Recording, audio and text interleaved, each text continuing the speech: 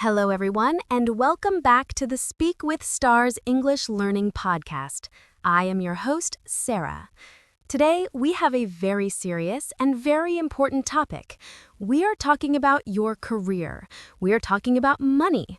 We are talking about how to get the job of your dreams. And to discuss this, we have the man who hires the smartest people on planet Earth. He sends rockets to Mars. He builds electric cars. He is the CEO of Tesla and SpaceX. Please welcome Elon Musk. Hello, Sarah. Good to be here. Let's talk about the future of work. Thank you, Elon. Many people watching this are students or professionals who want to work in big international companies, but they are terrified of job interviews. They get nervous. They forget their English. So let's start with the basics. What is a job interview really? Is it an interrogation? No, it is not an interrogation. An interrogation is for criminals.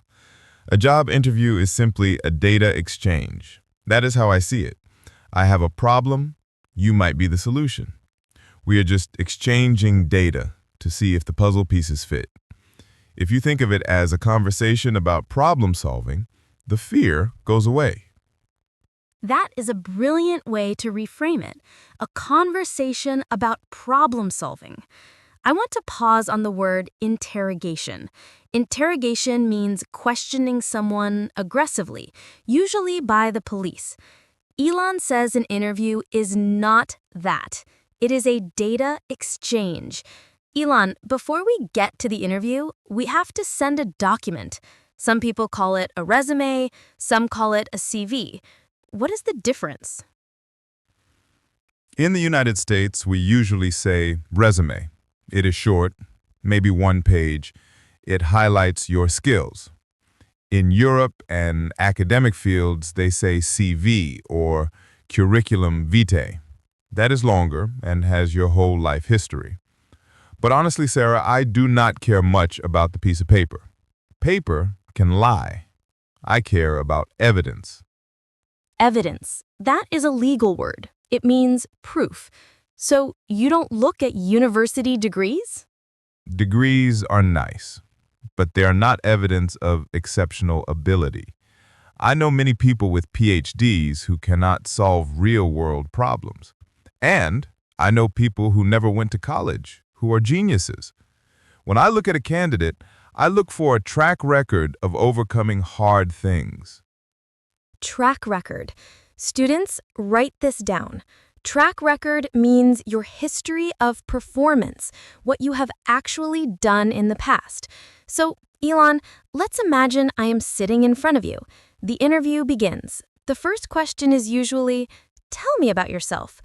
This is a very confusing question. Should I talk about my childhood? Absolutely not. Do not tell me where you were born or what your favorite color is. This is a simulation of how you work. When I say tell me about yourself, I am asking for a trailer of your professional movie. I want to know your skills, your passion, and your goal. Keep it under 2 minutes. A trailer of your professional movie? That is a great metaphor. So instead of saying, I was born in a small village, what should I say? You should say something like, I am a software engineer obsessed with efficiency. For the past 5 years, I've been building systems that save time and money. Now I want to apply my skills to a company that is changing the world. That is a good answer. It's direct, it's efficient. I love that. It's focused on the future, not just the past. Now, let's talk about the scariest question. The question that makes everyone sweat. Why should we hire you? This is actually my favorite question because it tests your understanding of value. Value. V-A-L-U-E. Value means importance or usefulness. How does a candidate show value? Most people answer this question selfishly. They say, you should hire me because I'm hardworking and I need money. That is the wrong answer. That is about you. I don't care about you yet. I care about my problem. The correct answer must focus on the company. So do not make it about yourself, make it about the company. Can you give us an example of a bad answer versus a good answer? Sure. A bad answer is, you should hire me because I'm a perfectionist and I want to learn. That is weak. A good answer is, you should hire me because I see you are trying to reduce battery costs by 10%. In my last job, I optimized production and saved 15%. I can do the same for you. Wow, the difference is huge. The second answer uses specific numbers, 10%, 15%. Exactly. Engineers love numbers. CEOs love numbers. If you can quantify your success, you will get hired. To quantify means to express something in numbers. Don't say, I am good. Say, I increased sales by 20%. That is irrefutable. Irrefutable. That is a big word. Irrefutable. Irrefutable means impossible to deny. It's a fact. So numbers are irrefutable. But Elon, what if I'm a fresh graduate? What if I don't have numbers yet? Then you must show potential and hunger. You must show that you understand first principles. First principles. You talk about this a lot. This is a very famous Elon Musk concept. Can you explain first principles to our English students? First principles thinking means boiling things down to the most fundamental truths. Most people think by analogy. They do what everyone else is doing. First principles means asking, is this true? Or is this just what people say? For a student, it means don't just memorize the textbook, understand the basic logic. If you can explain the basic logic of your field, I will hire you. So do not just copy others, understand the root. Okay, let's move to the next stage. We passed the interview, they like us.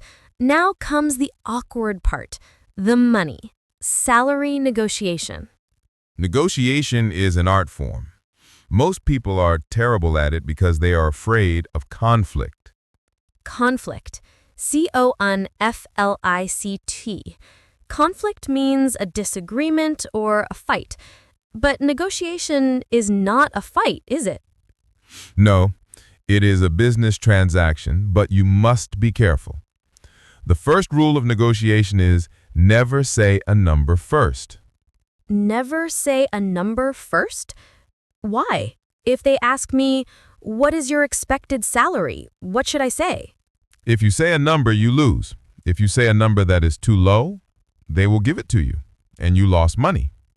If you say a number that is too high, they might reject you. So you should answer with a question.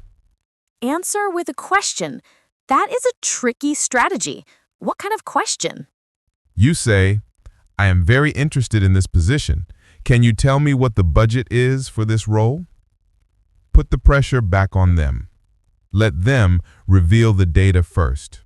Information is power. That is very smart. Ask for the budget. But Elon, sometimes they push you. They say, no, we need to know your expectation. What do we do then? Then you give a range. Do not give a specific number. Do not say, I want $5,000. Say, I am looking for something in the range of $5,000 to $7,000, depending on the benefits. Range, R-A-N-G-E. That means from a low point to a high point. And you mentioned benefits. What are benefits? Benefits are the things you get besides cash. Health insurance, stock options, paid time off. Sometimes the stock options are worth more than the salary. At Tesla, many employees became millionaires because of stock options, not because of their monthly salary. Stock options. That means owning a small piece of the company. That's a great advice. Always look at the full package. Now, Elon, I want to ask about confidence. Many people fail interviews not because they are not smart, but because they look nervous. Their hands shake, their voice is quiet. How do we fix this? You are describing imposter syndrome. Imposter syndrome. IMPOSTER. An imposter is someone who pretends to be someone else. Imposter syndrome is when you feel like a fake, even though you are qualified. How do we kill imposter syndrome? You have to realize that everyone is figuring it out as they go. Even I make mistakes. Even rockets explode sometimes. The person interviewing you is just a human. They ate breakfast this morning. They have problems too. Do not put them on a pedestal. Pedestal. PEDESTAL.